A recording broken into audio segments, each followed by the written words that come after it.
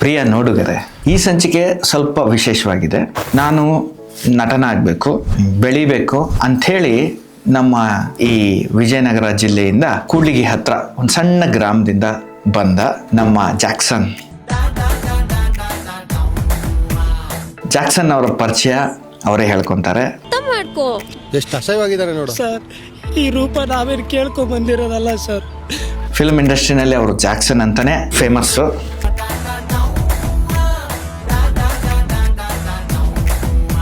ಅವ್ರದ್ದೊಂದು ಡೈಲಾಗು ಸೂರ್ಯಣ್ಣ ಮೂವಿನಲ್ಲಿ ನೋಡಿದೆ.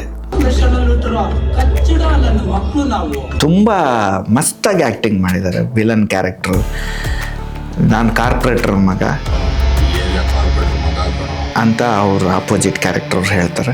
ನೀನು ಕಾರ್ಪೊರೇಟರ್ ಮಗ ಆದರೆ ನಾವು ಕಾರ್ಪೊರೇಟ್ ಗಲ್ಲಿಗಳಲ್ಲಿ ಉಳಿದವ್ರು ಕಣೋ ಅಂಥೇಳಿ ಇವರು ಭಾಳ ಜೋರಾಗಿ ಡೈಲಾಗ್ಗಳನ್ನ ಹೇಳ್ತಾರೆ. ಇವರು ಭಾಳ ವಂಡರ್ಫುಲ್ ಆ್ಯಕ್ಟರ್. ತುಂಬ ಕಷ್ಟಪಟ್ಟು ಈ ಬೆಂಗಳೂರಲ್ಲಿ 6 ವರ್ಷದಿಂದ ಜೀವನ ಮಾಡ್ತಾ ಇದ್ದಾರೆ. ಇಲ್ಲೇ ಪಟೇಗಾರ ಪಾಳ್ಯದಲ್ಲಿ ಮನೆ ಮಾಡ್ಕೊಂಡಿದ್ದಾರೆ.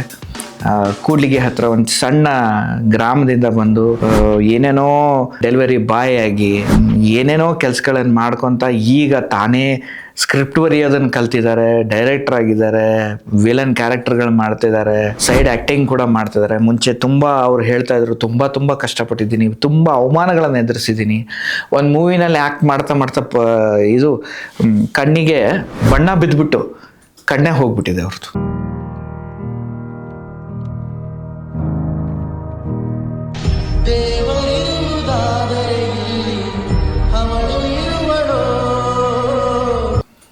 ಅವ್ರ ಪರಿಚಯ ಅವ್ರು ಮಾಡ್ಕೊತಾರೆ. ಅದ್ರ ಜೊತೆಗೆ ನನಗೆ ಗೊತ್ತಿರೋಷ್ಟು ನಾನು ಅವ್ರ ಜೊತೆಗೆ ಎಷ್ಟು ಡಿಸ್ಕಷನ್ ಮಾಡಿದೆ, ಅವ್ರು ನನಗೆ ಹೇಳಿದ್ದನ್ನು ನಾನು ನಿಮ್ಗಳ ಮುಂದೆ ಹೇಳ್ತಾ ಇದ್ದೀನಿ. ಮಿಕ್ಕಿದ್ದನ್ನು ಅವ್ರು ಮುಂದಿನ ಮಾತಾಡ್ತಾರೆ.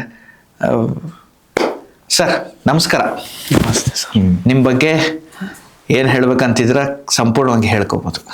ನನ್ನ ಹೆಸರು ಶ್ರೀಕಾಂತ್ ಅಂತ. ಅದೇ ನಾನು ಜಂಗಮಸ್ವನಹಳ್ಳಿ ಅಂತ ನಮ್ಮೂರು, ಕೂಡ್ಲಿಗಿ ಹತ್ರ. ನಾನು ಈ ಬೆಂಗಳೂರಿಗೆ ಒಂದು 6-6.5 ವರ್ಷ ಆಗ್ತಾ ಬಂತು. ಮುಂಚೆ ಪಾರ್ಟ್ ಟೈಮ್ ಮಾಡ್ತಾ ಇದ್ದೆ, ಬೇರೆ ಕೆಲಸ ಹಾಸ್ಪಿಟ್ಲಲ್ಲಿ ಸ್ಟೀವಾರ್ಡ್ ಆಗಿ ಮತ್ತೆ ಪೆಟ್ರೋಲ್ ಬಂಕಲ್ಲಿ ಮಾಡ್ತಾ ಇದ್ದೆ. ಅದಾದ್ಮೇಲೆ ಅಂದ್ರೆ ಆವಾಗ ನನ್ನ ಲಿಂಕ್ ಇದಿಲ್ಲಲ್ಲ ಸಿನಿಮಾದಲ್ಲಿ, ಲಿಂಕ್ ಸಿಗತನ ಅಲ್ಲಿ ಕೆಲಸ ಮಾಡ್ತಾ ಇದ್ದೆ. ಅದಾದ್ಮೇಲೆ ಲಿಂಕ್ ಸಿಕ್ಮೇಲೆ ಕಂಪ್ಲೀಟ್ ಆಗಿ ಈಗ ಆರ್ಟಿಸ್ಟ್ ಆಗಿ ವರ್ಕ್ ಮಾಡ್ತಾ ಇದ್ದೀನಿ. ಯಾಕೆ ಆರ್ಟಿಸ್ಟ್ ಆಗಿ ವರ್ಕ್ ಮಾಡ್ಬೇಕಂತ ಅನಿಸ್ತು?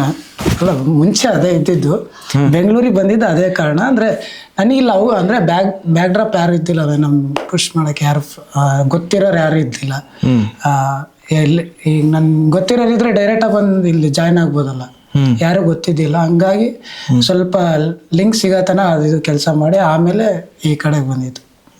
ಆರ್ಟ್ ಡಿಪಾರ್ಟ್ಮೆಂಟ್ ಅಲ್ಲಿ ಸ್ವಲ್ಪ ದಿನ ಕೆಲಸ ಮಾಡಿ ಆಮೇಲೆ ಅಲ್ಲಿಂದ ಹಂಗೆ ಆರ್ಟ್ ಡಿಪಾರ್ಟ್ಮೆಂಟ್ ಪ್ರೊಡಕ್ಷನ್ ಅದೆಲ್ಲ ಮಾಡ್ಕೊಂಡು ಆಮೇಲೆ ಒಂದು ಚಿಕ್ಕ ಪುಟ್ಟ ಅವಕಾಶಗಳು ಸಿಗ್ತಾ ಇದ್ವಿ. ಈಗ ಹಂಗೆ ನಡೀತಾ ಇದೆ. ಎಷ್ಟು ಮೂವಿ ಮಾಡಿದ್ದೀರಾ? ಈಗ 9ನೇ ಸಿನಿಮಾ ಮಾಡ್ಕೊಂಡು. ಯಾವ್ಯಾವು?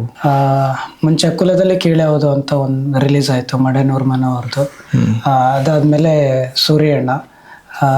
ಈಗ ಬಲರಾಮ ದಿನಗಳು ವಿನೋದ್ ಸರ್ದು ಅದೊಂದಿದೆ. ಅದು ಬಿಟ್ರೆ ದೇವರೊಬ್ಬ ಜಾದೂಗಾರ ಅಂತ, ಬೊಂಬು ಸವಾರಿ ಅಂತ ಇನ್ನೂ ಇದಾವೆ.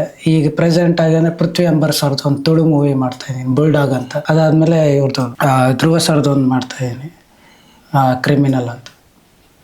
ಈ ನಡೀತಾ ಇರೋದು ಒಂದು 3 ಫಿಲಿಮ್ ನಡೀತಾ ಇದೆ. ಬೈರ ಅಂತ ಒಂದು ನಡೀತಾ ಇದೆ. ಅದು ಬಿಟ್ರೆ ಕೈವಲ್ಲಂ ಅಂತ ಒಂದು ನಡೀತಾ ಇದೆ. ಓಕೆ. ಶಾರ್ಟ್ ಮೂವೀಸ್ ಅಂತಂದ್ರೆ ಶಾರ್ಟ್ ಫಿಲಮ್ಸು ಅಂದರೆ ನಾನೇ ಓನಾಗಿ ಮಾಡಿರೋದಂದ್ರೆ ಈಗ 2 ಸಿನಿಮಾ ಮಾಡಿದೆ. ಒಂದು ಡಾರ್ಕ್ ಅಂತ, ಅದು ಚೆನ್ನಾಗಿ ರೀಚ್ ಆಯಿತು ಆಡಿಯನ್ಸಿಗೆ. ಆಮೇಲೆ ಇದು ಲೈಫ್ ಪ್ರಾಬ್ಲಮ್ಸ್ ಆಫ್ ಜೆನ್ಜಿ ಅಂತ ಮಾಡಿದೆ. ಅದು ಮೊನ್ನೆ ಈಗ 1 ತಿಂಗಳಾಯಿತು ರಿಲೀಸ್. ಈಗ ಇನ್ನೊಂದು ಸ್ಕ್ರಿಪ್ಟ್ ರೆಡಿ ಮಾಡಿದ್ದೀನಿ, ಇನ್ನೊಂದು ಶೂಟ್ ಮಾಡಬೇಕು. ಅಂದರೆ ಶಾರ್ಟ್ ಮೂವೀಸ್ ಮಾಡ್ತೀರಾ ನೀವೇ ಡೈರೆಕ್ಷನ್? ಮುಂಚೆ ನಮ್ಮ ಫ್ರೆಂಡ್ ಮಾಡ್ತಾ ಇದ್ದ, ಇಬ್ಬರು ಸೇರಿ ಮಾಡ್ತಾ ಇದ್ವಿ. ಇವಾಗ ನಾನು ಓನಾಗಿ ಮಾಡ್ತಾ ಇದ್ದೀನಿ. ಅಂದರೆ ಕೆಲಸ ಕಲಿಬೇಕಲ್ಲ. ಹಾಂ, ಇಂಡಿಪೆಂಡೆಂಟ್ ಆಗ್ತೆ ಇದು ಡೈರೆಕ್ಟರ್ ಆಗ್ಬೇಕು. ಅಂದರೆ ನೀವು ವಿಲನ್ ಕ್ಯಾರೆಕ್ಟರ್ ಮಾಡ್ಬೇಕಂತನಾ ಅಥವಾ ಡೈರೆಕ್ಷನ್ ಕಡೆಗೆ ಹೋಗ್ಬೇಕಂತನಾ? ನನ್ನ 2 ಆಸೆ ಇದೆ. ಅಂದರೆ ಇನ್ ಕೇಸ್ ಎಲ್ಲೂ ಏನು ವರ್ಕ್ ಆಗಲಿ ಅಂದರೆ ನಾವಾಗಿ ಓನಾಗಿ ಮಾಡ್ಕೋಬೇಕಲ್ಲ. ಹಂಗಾಗಿ ಡೈರೆಕ್ಷನ್ ಮೇಲೆ ಇಂಟ್ರೆಸ್ಟ್. ಬೇಸಿಕಲಿ ಎಲ್ಲಿ ಆ್ಯಕ್ಟಿಂಗ್ ಏನಾದ್ರು ಕಲ್ತ್ರಾ ಅಥವಾ ಸ್ವಯಂ ಆಗಿ? ಮುಂಚೆ ಕಲ್ತಿದ್ದಿಲ್ಲ, ಆಮೇಲೆ ಗೊತ್ತಾಯ್ತು ಕಲಿಬೇಕು ಅಂತ. ಸುಮ್ಮನೆ ನಾವು ಅನ್ಕೊಂತೀವಿ ಅಷ್ಟೇ, ನಾವು ಆ್ಯಕ್ಟಿಂಗ್ ಬರುತ್ತೆ ಕ್ಯಾಮ್ರಾ ಮುಂದೆ ಮಾಡ್ತೀವಿ ಅಂತ. ಕ್ಯಾಮ್ರಾ ಮುಂದೆ ಇಟ್ಟಾಗೆ ಗೊತ್ತಾಗೋದು ನಮ್ಗೆ ಆ್ಯಕ್ಟಿಂಗ್ ಬರಲ್ಲ ಅಂತ. ಆಮೇಲೆ ವೃತ್ತಿ ರಂಗ ನಾಟಕ ಅಂತ ಗಣಪ ಸರ್ ಅಂತ ಇದ್ದಾರೆ, ಅವ್ರ ಹತ್ರ ಹೋಗಿ ಒಂದು 2-3 ವರ್ಷ ಕಲಿತು ಆಮೇಲೆ ಜೊತೆಗೆ ಹಂಗೆ ಟ್ರೈ ಮಾಡ್ತಾಯಿದ್ದು. ಈಗ ಎಷ್ಟೋ ಜನ ಟಿಕ್ ಟಾಕ್ ಸ್ಟಾರ್ಗಳು ಬಂದ್ಬಿಟ್ಟಿದ್ದಾರೆ. ಹೌದು, ಅವ್ರು ಎಲ್ಲ ಇದ್ದಾರೆ. ಅದೇ ಅಂದ್ಮೇಲೆ ಅನ್ಕಂತೀವಿ ಅಷ್ಟೇ. ನಮ್ಗೆ ಅದ್ರಲ್ಲಿ ಅಲ್ಲಿ 15 ಸೆಕೆಂಡ್ 30 ಸೆಕೆಂಡ್ ಮಾಡೋದು ನೋಡಿ ನಮಗೆ ಆ್ಯಕ್ಟಿಂಗ್ ಬರುತ್ತೆ ಅಂತ ಅನ್ಕಂತೀವಿ ಅಷ್ಟೇ.